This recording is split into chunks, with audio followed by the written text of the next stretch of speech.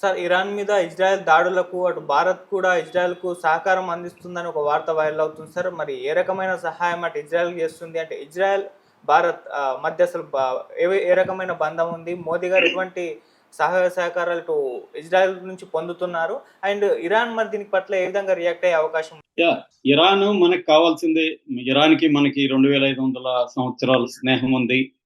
మన సింధు నాగరికత కాలం నుంచి కూడా ఇరాన్‌తో వాణిజ్య సంబంధాలు, వర్తక సంబంధాలు, కల్చరల్ రిలేషన్షిప్ ఉన్నాయి. ఆ తర్వాత 600 ఏళ్ళు పర్షియన్ లాంగ్వేజ్ అఫ్సిల్ లాంగ్వేజ్‌గా ఇటు సుల్తానేట్ గాని, బహ్మని ఇది గాని సుల్తానేట్ సామ్రాజ్యం గాని, మొఘలులు గాని వీళ్ళందరూ కూడా పర్షియా అనే మన కల్చర్‌లో గాని, మన సాహిత్యంలో అన్నిట్లో తీసుకొచ్చారు. అధికారిక భాషగా పర్షియన్ ఉన్నింది. పర్షియా ఇరాన్‌కి మనకి ఎప్పటి నుంచో సంబంధాలు ఉన్నాయి. అయితే ఇటీవల కాలంలో ఇజ్రాయెల్‌కి, భారత్‌కి మధ్య టర్మ్స్ మారాయి. ఇప్పుడు జరుగుతున్న యుద్ధంలో ఇజ్రాయెల్‌కి ఇండియా సహాయం చేస్తుంది. పరోక్షంగా ఇరాన్ మీద ఇండియా అటాక్ చేస్తుంది అనే వార్తలు వస్తున్నాయి. దీన్ని చెప్పుకునే ముందు ఇజ్రాయెల్‌కి మనకున్న సంబంధాలు ఎలా మారుతూ వచ్చాయి, ప్రజెంట్ ఎలాంటి సంబంధాలు ఉన్నాయనేది బ్రీఫ్ గా చెప్పుకున్నాం. 1948లో ఇజ్రాయెల్ ఏర్పడింది. 1950లో ఇండియా ఇజ్రాయెల్ దేశాన్ని ఒక ప్రత్యేక దేశంగా గుర్తించినప్పటికీ పూర్తి కాలం డిప్లొమాటిక్ సంబంధాలని ఇజ్రాయెల్తో ఇండియా పెట్టుకోలేదు. దీనికి పెట్టుకోకపోవడానికి ప్రధాన కారణం ఏంటంటే, పాలస్తీనాని ఇండియా సపోర్ట్ చేస్తుంది, అరబ్బుల్ని సపోర్ట్ చేస్తుంది. ఎందుకంటే షియా అక్కడంతా కూడా పాలస్తీనా కానీ ఇరాన్ ఈ ఏరియాలంతా షియాలు ఎక్కువ ఉంటారు. ముస్లింలలో షియా అండ్ సున్నీలు ఈ రెండు ప్రధాన తెగలు ఉంటాయి.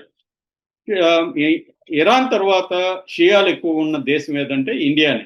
అందువల్ల ఎంత పెద్ద ముస్లిం పాపులేషన్ ఇండియాలో ఉంది కాబట్టి ముస్లింలకు వ్యతిరేకంగా ఉన్న ఇజ్రాయెల్ని సపోర్ట్ చేయకూడదని చెప్పి ఇండియా సపోర్ట్ చేయలేదు. అరబ్బులకు అనుకూలంగాను, పాలస్తీనాకు అనుకూలంగాను మన ఇండియా ఉంది. మరోపక్క సోవియట్ యూనియన్తో ఇండియా నెహ్రూ పీరియడ్లో, ఆ తర్వాత వచ్చిన ఇందిరాగాంధీ పీరియడ్లో సత్సంబంధాలని కలిగి ఉంది కాబట్టి సోవియట్ యూనియన్కి ఇజ్రాయెల్కి పడదు కాబట్టి ఆ రకంగా కూడా మనం ఇజ్రాయెల్కి వ్యతిరేకిస్తూ వచ్చాం. ఇది 1992 వరకు కొనసాగింది. అప్పటికి 90s నాటికి సోవియట్ యూనియన్ కుప్పగొలిపోయింది. 90 తర్వాత పివి నరసింహారావు, మన్మోహన్ ప్రభుత్వం సంస్కరణ ప్రవేశపెట్టింది. అందులో భాగంగా మొదటిసారిగా పివి నరసింహారావు ప్రభుత్వం ఇజ్రాయెల్తో పూర్తి స్థాయి డిప్లొమాటిక్ సంబంధాలని పెట్టుకునింది. అయితే అది మళ్ళీ పరిమితంగానే ఉన్నాయి. ఎక్కువ సార్లు పిఎల్ఓ అంటారు, పాలస్తీనా లిబరేషన్ ఆర్గనైజేషన్ తోనే పివి నరసింహారావు ప్రభుత్వం కూడా ఎక్కువగా పాలస్తీనాను సపోర్ట్ చేస్తూ వచ్చింది. ఈ ఇజ్రాయెల్తో కొద్దిగా ఫ్లెక్సిబుల్ గా మారాయి సంబంధాలు, అంతకు ముందు కంటే బెటర్ అయినాయి. అయితే మోడీ వచ్చిన తర్వాత ఫస్ట్ టైము ఒక ప్రధానమంత్రి, మన భారతదేశ ప్రధానమంత్రి ఇజ్రాయెల్ని సందర్శించింది ఎవరంటే మోడీని. 2017లో మోడీ ఇజ్రాయెల్కి వెళ్ళాడు.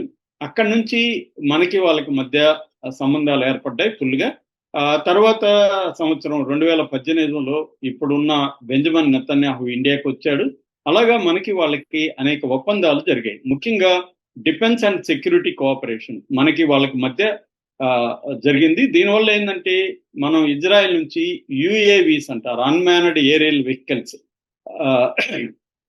అవి హెరాను, హెరాప్ అనే డ్రోన్లు మనం తెచ్చుకున్నాం. మొన్న కూడా మనకి పాకిస్తాన్ యుద్ధంలో కూడా ఇది హెల్ప్ అయింది.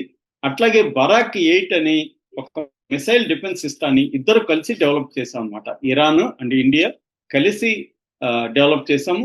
అట్లాగే spike anti tankers, surveillance tankers and communication ఎయిర్ క్రాఫ్ట్లు, వీటికి సంబంధించి కూడా మనం ఇజ్రాయెల్ నుంచి అనేక పనిముట్లు కానీ ఎక్విప్మెంట్ గా తెచ్చుకుంటున్నాం. అట్లాగే కౌంటర్ ఇంటెలిజెన్స్ లో, బార్డర్ సెక్యూరిటీలో కావచ్చు, ఇంటెలిజెన్స్ విజిలెన్స్ లో కావచ్చు, ఉమ్మడిగా కలిసి పనిచేస్తున్నాం. అట్లాగే అగ్రికల్చరల్ అండ్ వాటర్ టెక్నాలజీలో కూడా డిప్ ఇరిగేషన్ మనకి చంద్రబాబు ఉన్న ప్రభుత్వంలో కూడా కుప్పం ఏరియాలో డిప్ ఇరిగేషన్ ఫస్ట్ లో ప్రవేశపెట్టాడు. ఈ డిప్ ఇరిగేషన్ అనేది ఇజ్రాయెల్ నుంచి తెచ్చుకున్నాం. అట్లాగే ప్రిసైజ్ ఫార్మింగ్ అంటారు, కరెక్ట్ గా నేలని అనుకూలంగా ఉపయోగించుకుని ప్రిసైజ్ ఫార్మింగ్ కూడా ఇరాన్ ఇచ్చింది. అట్లాగే వాటర్ సైక్లింగ్, డీసాలినేషన్ ఇవన్నీ కూడా ఇజ్రాయెల్ నుంచి తెచ్చుకున్నాం. అట్లాగే గ్రీన్ హౌస్ ఎఫెక్ట్ అనేది కూడా ఇజ్రాయెల్ నుంచి మనం తెచ్చుకున్నాం. దాంతోపాటు సెక్యూరిటీ, ఇంటర్నల్ సెక్యూరిటీకి సంబంధించి, తర్వాత సైన్స్ అండ్ ఇన్నోవేషన్ అంటే ఇస్రో, ఐఎస్ఏ కలిసి పనిచేయడం, సైబర్ సెక్యూరిటీ, మనకి సైబర్ సెక్యూరిటీ నుంచి కూడా ఇజ్రాయెల్ నుంచి వచ్చింది. ఏఐ కానీ, తర్వాత రెన్యూవబుల్ ఎనర్జీ కానీ ఇజ్రాయెల్ నుంచి తెచ్చుకున్నాం. నిఘా వ్యవస్థ, సర్వైలెన్స్ అంతా కూడా ఇజ్రాయెల్ నుంచి. మనకి ఆల్రెడీ ఇప్పుడు ఇక్కడ ఫోన్ ట్యాపింగ్ కేసు తెలంగాణలో నడుస్తుంది. అది ఎక్కడి నుంచి వచ్చింది? ఇజ్రాయెల్ నుంచి వచ్చిన టెక్నాలజీ. అంతకుముందు మోడీ మీద కూడా విమర్శలు ఉన్నాయి. పెగాసెస్ అనే ఒక సాఫ్ట్వేర్ ని ఇజ్రాయెల్ నుంచి తీసుకొచ్చారని. అట్లాగే ఏబి వెంకటేశ్వరరావు ఇజ్రాయెల్కి వెళ్ళి తీసుకొచ్చాడని జగన్ కేసు పెట్టాడు. ఇలాగా ఇజ్రాయెల్ నుంచే మనకి సర్వైలెన్స్ టెక్నాలజీ, సీసీ కెమెరాల టెక్నాలజీ, ఫోన్ ట్యాపింగ్, ఇవన్నీ కూడా ఇజ్రాయెల్ నుంచి మనకి వచ్చాయన్నమాట. అట్లాగే బైలాటరల్ బిజినెస్, వ్యాపారం అనేది కూడా మనకి ట్రేడ్ అండ్ ఎకనామిక్ రిలేషన్షిప్స్ లో కూడా $8 బిలియన్ బైలాటరల్ ట్రేడ్ ఇండియాకి ఇజ్రాయెల్కి ఉంది. అట్లాగే 1,00,000 మంది ఇండియన్ ఆరిజిన్ ఉన్న జూస్ ఇజ్రాయెల్లో ఉన్నారు. ఇంకొక 32,000 మంది ఇండియన్స్ అక్కడ కూలీలుగా లేకపోతే కేర్ గివర్స్ గా పనిచేస్తున్నారు. ఈ సంఖ్య 1,00,000కి వెళ్ళే అవకాశం ఉందన్నమాట.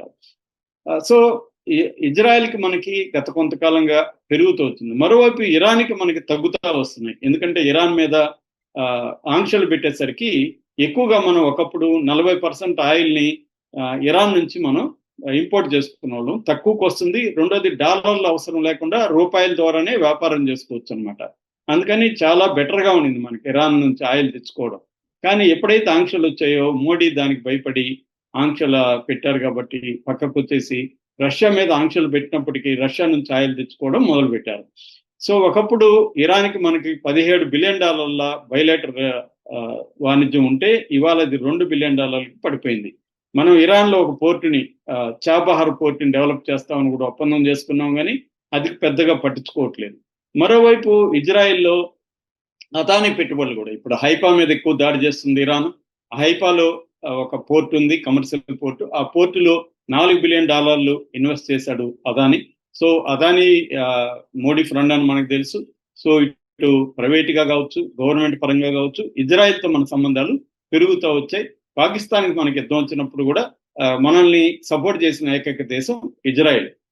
So at the same time మనం ఎలాంటి, మోడీ ప్రభుత్వం కూడా ఎలాంటి వైఖరి ఉందంటే ఒక బ్యాలెన్స్డ్ వైఖరిని తీసుకుంది. అంటే ఇజ్రాయెల్ని సపోర్ట్ చేసినంత మాత్రాన పాలస్తీనాని వ్యతిరేకించడం కాకుండా చేసింది. గాజాకు సంబంధించి కూడా అంతకుముందు 2023 అక్టోబర్ 7న హమస్ ఇజ్రాయెల్ మీద దాడి చేసినప్పుడు మోడీ ప్రభుత్వం తీవ్రంగా ఖండించింది. హమస్ని తీవ్రవాదులు, ఉగ్రవాదులు అనే టెర్రరిస్టులు అని చెప్పింది. అయితే అదే సేమ్ టైం గాజాలో హ్యుమానిటేరియన్ గ్రౌండ్ కింద మెడిసిన్స్, ఫుడ్ ఇలాంటివి ఇండియా పంపించింది వాళ్ళకి. అయితే ఇజ్రాయెల్కి గాజాకు మధ్య వారు పెరుగుతున్న కొద్దీ తటస్థ వైఖరి అనేది ఫాలో కావడం మొదలుపెట్టింది. ఐక్యరాజ్య సమితిలో కూడా దీని మీద ఓటింగ్ పెట్టినప్పుడు గాజా మీద కాల్పుల విరమణకు సంబంధించి ఇండియా అటెండ్ కాలేదు. సో ఏదో ఒక రూపంలో తప్పించుకోవడం మొదలుపెట్టింది. మరోవైపు ఇరాన్తో కూడా బ్రిక్స్ కావచ్చు, షాంఘై కోఆపరేషన్ ట్రీటీ కావచ్చు, వాటిలో కూడా ఇండియా సభ్యత్వం ఉంది. అంటే ఒక బ్యాలెన్స్ మెయింటైన్ చేస్తుంది. కానీ ఈ మొగ్గు అనేది కొద్దిగా ఇజ్రాయెల్ వైపే మొగ్గు ఎక్కువగా ఉంది. ఇప్పుడు కూడా ఇజ్రాయెల్ ఇరాన్ వార్లో నిజానికి ఇజ్రాయెల్ ఇరాన్ మీద అటాక్ చేస్తే ఖండించి ఉండాలి, మన దేశం ఖండించలేదు, సైలెంట్గా ఉంది, ఖండించలేదు, సపోర్ట్ చేయలేదు. కానీ ఇప్పుడు ఒక వార్త వస్తుంది 2 రోజులు 3 రోజుల నుంచి, అదేంటంటే ఇండియా ఇండైరెక్ట్ గా ఇజ్రాయెల్కి సహకారం అందిస్తుంది. ముఖ్యంగా బరక్ 2 అనే ఒక డిఫెన్స్ సిస్టాన్ని, బరక్ మేజన్ అంటారు దాన్ని, బరక్ మేజన్ మిసైల్ డిఫెన్స్ సిస్టమ్ అది. దీన్ని అక్కడ SAR-6 అనే ఒక డిఫెన్స్ సిస్టంలో అనుసంధానించి ఇజ్రాయెల్ వాడుకుంటుంది. మొన్న ఒక్క రోజులోనే 6 డ్రోన్లని ఈ డిఫెన్స్ సిస్టమ్ ఉపయోగించి ఇరాన్ ప్రయోగించిన డ్రోన్లని దెబ్బకొట్టిందన్నమాట. సో ఇది ఇండియా అలా హెల్ప్ చేస్తుంది. ఈ బరక్ 2 అనే ఒక డిఫెన్స్ సిస్టమ్ ని ఇజ్రాయెల్కి అందించడానికి ఇండియా కోఆపరేట్ చేస్తుంది అనమాట. అది చాలా పెద్ద హెల్ప్ ఇజ్రాయెల్కి. ఎందుకంటే ఇజ్రాయెల్ డిఫెన్స్ సిస్టమ్స్ ప్రధానంగా 3 ఉంటాయి. యారో 3, డేవిడ్ స్లింగ్, తర్వాత ఐరన్ డోము. ఇవి కాకుండా అమెరికావి థాడ్ అని, పేట్రియట్ అనే 2 డిఫెన్స్ సిస్టమ్లు ఉన్నాయి. ఇవన్నీ కూడా అయిపోతున్నాయి అనమాట. వాళ్ళ దగ్గర నిల్వలు అయిపోతున్నాయి. ఇరాన్ దగ్గర ఏమో ఇంకా మిసైల్స్ 20,000 వరకు ఉన్నాయని చెప్తున్నారు. ఈ నేపథ్యంలో ఇండియా లాంటి సహకారం ఇజ్రాయెల్కి చాలా అవసరం. అట్లాగే నావెల్ పర్షియన్ గల్ఫ్లో మన షిప్పుల్ని దించి ఇజ్రాయెల్కి మద్దతు ఇవ్వడానికి కూడా దీన్ని ఆపరేషన్ ప్రాస్పరిటీ గార్డియన్ అని పేరు పెట్టారు. ఈ రకంగా కూడా మోడీ ఇజ్రాయెల్కి సహాయం చేస్తున్నాడు. ఆ రకంగా ఇండైరెక్ట్ గా ఇరాన్ మీద దాడికి మోడీ చేస్తున్నాడు అనేది విమర్శలు వస్తున్నాయి. మరోవైపు ఇరాన్ అయితే మనల్ని ఇప్పటివరకు ఏం నిందించలేదు.